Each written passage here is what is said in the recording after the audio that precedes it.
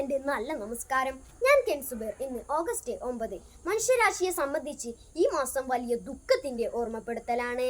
1945 August 6 രാവിലെ 8:15 America Japan നഗരമായ ഹിരോഷിമയിൽ അണുബോംബ് വർഷിച്ചതിന്റെ ഓർമ്മ.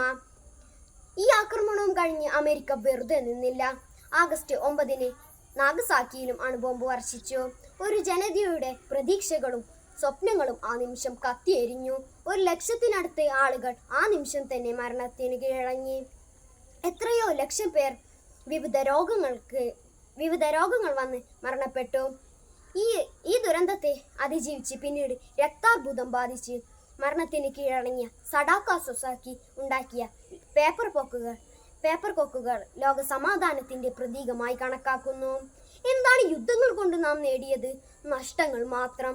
ലോകരാജ്യങ്ങൾ ശത്രുത പുലർത്തുമ്പോൾ ആണവായുധങ്ങളുടെ ശക്തി കൂടുന്നു.